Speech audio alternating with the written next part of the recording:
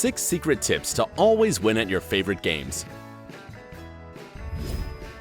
Game night with your friends or family is always a blast, no matter what you're playing. And besides being filled with lots of laughs, it can get pretty competitive too. But are there any tricks that can guarantee your victory? As it turns out, there are. And guess what? We're about to spill all of them for you. But before we start, don't forget to subscribe to our channel and turn on post notifications so that you won't miss any of our new videos. Rock, paper, scissors. Unless you're a mind reader, there's no way you can possibly predict rock, paper, scissors. Or is there? Well, you actually can get luck on your side more often if you follow a couple of simple rules. Statistically speaking, men go for rock more often than women, so sticking with paper when you're up against a male opponent can help give you the upper hand. Most ladies tend to throw scissors on the first round, so choosing rock can increase your odds at winning when your challenger is a woman. Vocalizing your next choice can also trick your opponent into thinking that you're not actually going to do that, and then bam, your adversary is defeated. I mean, you warned them, right? Keep in mind though, that paper is the best winning option, since people statistically pick scissors less than rock or paper. So when in doubt, throw paper for a sweeping triumph.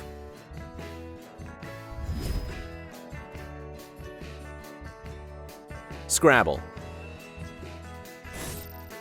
Scrabble is one of the most popular games out there, but it's also one of the most challenging.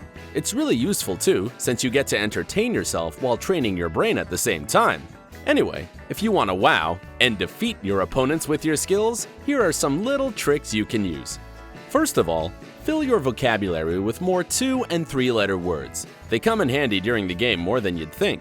Secondly, make the letter S your best friend. You can easily use it to pluralize words on the board. Unfortunately, the game's creators must have known about this little ploy, since you only get 4 S tiles, so think carefully before using one of them. Also, be sure to analyze the board carefully before making your move. There's always at least one word that can be transformed into another just by adding one letter. For example, age, cage, mania, maniac, or lush, blush. They're called hook words, and you can even find a huge list of them online. Another trick is to save the letters A, T, E, L, I, S, R, and N. The variety of combinations you can make out of them will really help your score out.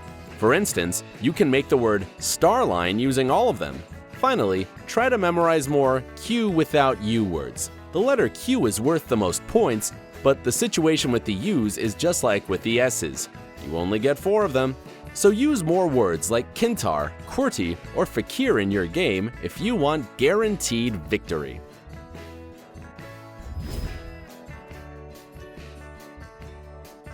Monopoly. Monopoly is an all-time classic when it comes to board games, but man is it time-consuming, am I right? If you're going to invest so much of your precious time, you might as well have some tricks up your sleeve that'll surely help you win, don't you think? So, first of all, don't be too picky at the beginning of the game. The sooner you start buying properties, the better. Monopoly champion, yes, you heard right, champion, Bjorn Halvard Knapskog says that one of the biggest mistakes players make is turning their noses up at smaller properties. But if you follow the other strategy of being more open to buying, it'll give you leverage later on in the game. It's better to buy as many orange and red spaces as possible because they're the most landed on. And among those colors specifically, the most landed on are Illinois Avenue, Tennessee Avenue, and New York Avenue, according to one Monopoly analysis. Don't be afraid to spend money. You actually don't want to have a lot in your personal bank. Investing money brings you more of it, while squirreling it away does nothing for you. Also, try to buy 3 houses or hotels as quickly as possible. It'll allow you to collect a bunch of rent for your properties. Finally, stay in jail. That's right. Trying to get out of it immediately isn't your best move. If at this point in the game you already have monopolies, it's better to hang out in jail and watch your opponents land on and pay you rent for your properties.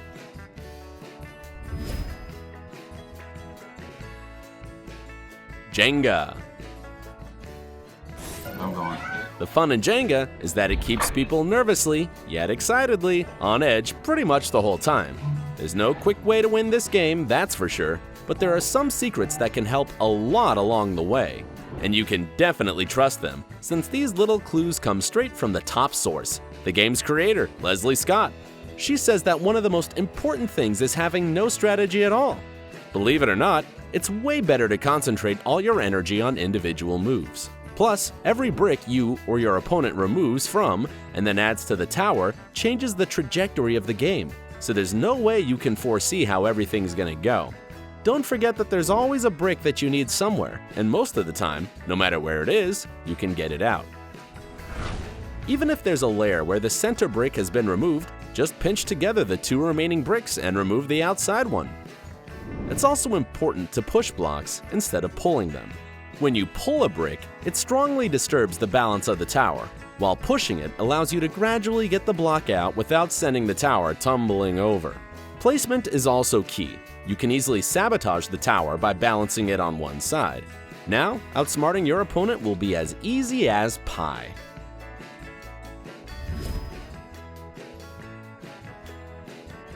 Dodgeball. Dodgeball is about both the team and the individual, which means that there are useful strategies for both of these aspects of the game. If we're talking about what you can do for yourself so that you won't get eliminated, first off, don't forget that you can always block incoming balls with your own ball. This trick comes in handy when you know you can't possibly dodge the ball coming your way. When you're the last person left on the court representing your team, or there's just a ton of attacks coming right at you, kneel down and hold your ball in front of you like a shield. And while attacking the other team's players, be sure to aim for their shins. Even if you miss, chances are that your rival won't be able to catch a ball that low. You can also trick your opponents a bit by keeping your hands behind your back. This can make your attack even more sudden, since the other team won't be able to tell who you'll aim at if your hands are hidden. As for your team effort, don't stand too close to each other, spread out. This will give you more angles to attack from, and make it more difficult for the other team to take any of you out. Don't throw your balls randomly, try to find one target and attack it from different angles all at once. After all, the better the teamwork, the higher your chances of winning.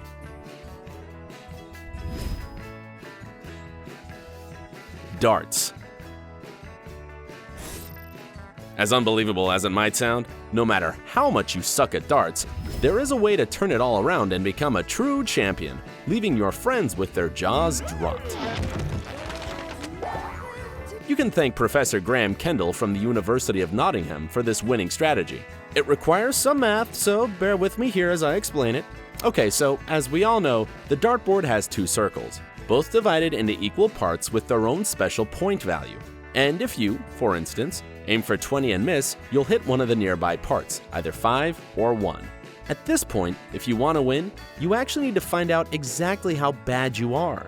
The easiest way to do that is to just throw 3 darts aiming at 20 and see where they end up. Then, simply measure the distance between each of them and the 20. And here's where the math comes in. Once you've got both measurements, calculate their average by adding them together and dividing the result by 2. If you're accurate within 5 millimeters, you should aim for a treble 20. If your result is within 25 millimeters of accuracy, it's better to aim for a treble 19. And finally, if you found out that you're accurate only within 60 millimeters, try to stick to a large spot around the center to the lower left of the bullseye.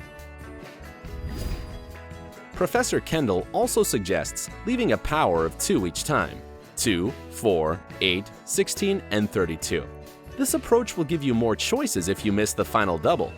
And there you go. With just a little preparation and basic math, you'll become a true darts master. Do you have any secrets of your own on how to win your favorite games? Tell me in the comments below. Don't forget to click subscribe to stay on the bright side of life.